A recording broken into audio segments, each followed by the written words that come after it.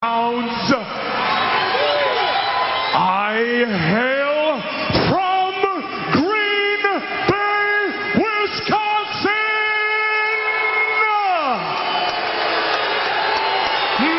Mr. Kennedy.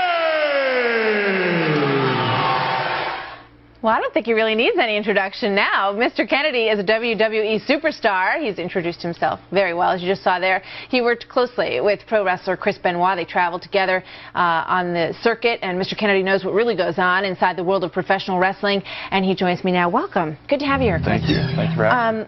So tell me, when you're on the road, I was just asking you this, you're traveling with Chris Benoit. How much time do you spend together? How well did you know him? I wouldn't say that I was one of the guys that knew him extremely well, but over the course of the last 2 years that I've been with the WWE, he was somewhat of a mentor to me. I trained with him. I traveled with him on occasion, not very often, but I traveled with him on occasion. I always talked to him, always got advice from him in the locker room. So, I knew him pretty well, and there were things that he opened up to me about that. Did he ever talk to you about steroids? No, never talked to me about steroids. That was just something that was never brought up. So, I know that I read your blog. I know you're angry. You feel like your profession's being misrepresented because everybody is out there talking about Chris Benoit, talking about the need for regulation perhaps, talking about the use of steroids that may be hurting and destroying in some cases people's bodies. What are we getting wrong? Well, for one thing, one of the things that's been going around lately are these lists.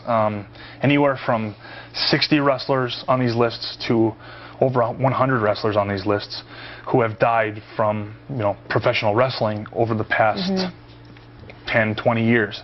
And the thing is that it's unfortunate that we lost one person, let alone the fact is that we've actually lost 5 people under our watch, and the other, 60 to 100 people were independent wrestlers, wrestled for other companies other than the WWE. But overall, it does say something about what's going on when you have all these people who are, in their 30s, and I have the list of the people who are WWE related, and 3 of them, Russ Haas, Eddie Guerrero, and Bill Pillman, all died of heart ailments. Right, and Russ Haas had, he was born with a heart condition, and that's why, he had I believe he had a heart attack in the ring, and that's why he died.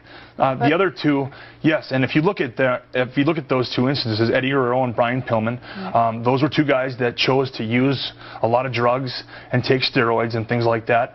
And they did so before they came to the WWE. They played, they wrestled for WCW, which is owned by Ted Turner. They wrestled for a number of other organizations. And you know what? Back then, the lifestyle was completely different. These guys were on the road all the time. They would be on the road for as much as 40 days at a time, and they would be out, drinking until the wee hours of the morning. They would take pills to go to sleep. They would snort coke to get up, and they would do this day after day after day. So maybe it was, a decadent lifestyle overall. But, I'm just a casual observer, and we all see, athletes, in some cases baseball players, who are huge, really bulked up, and then in, documented cases, you can see them stop taking steroids and they get very small. So I look at WWE wrestlers, and not just WWE, other wrestlers and the kind of people that you're talking about who used to be in the profession, look to me like they're taking these kind of drugs. Are you telling me that they're not? No, we actually have a drug policy in place right now, and we're regularly tested. I've been tested since I've been with the company. I've been tested 5 times. You don't take steroids? No. I've been tested myself 5 times, and there is, contrary to popular belief, somebody said that that our allowable levels in the WWE are ridiculous, which is wrong because you say they're the same as football. They are the same. The only difference is that for us, because we're not our finishes are predetermined. The outcomes of our matches are already predetermined by somebody, and our levels are 4 to 1. Testosterone to epitestosterone level, and if you test higher than 4 to 1, you're automatically suspended.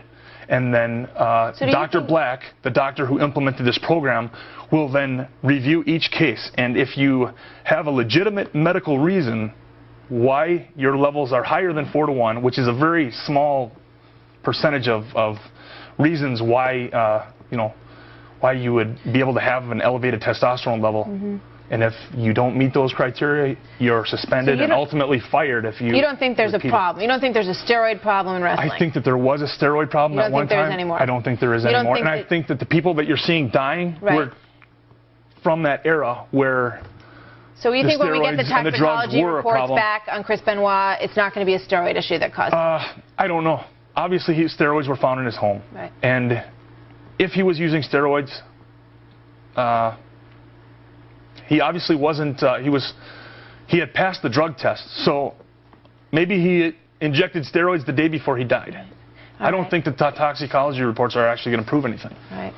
All right, Mr. Kennedy, representing hopefully a new breed of wrestlers who don't have a lot of these issues. We truly are. And we thank you very much for coming here tonight. Thank you. Good to meet you. Thanks for having me. Good luck to you. Yep.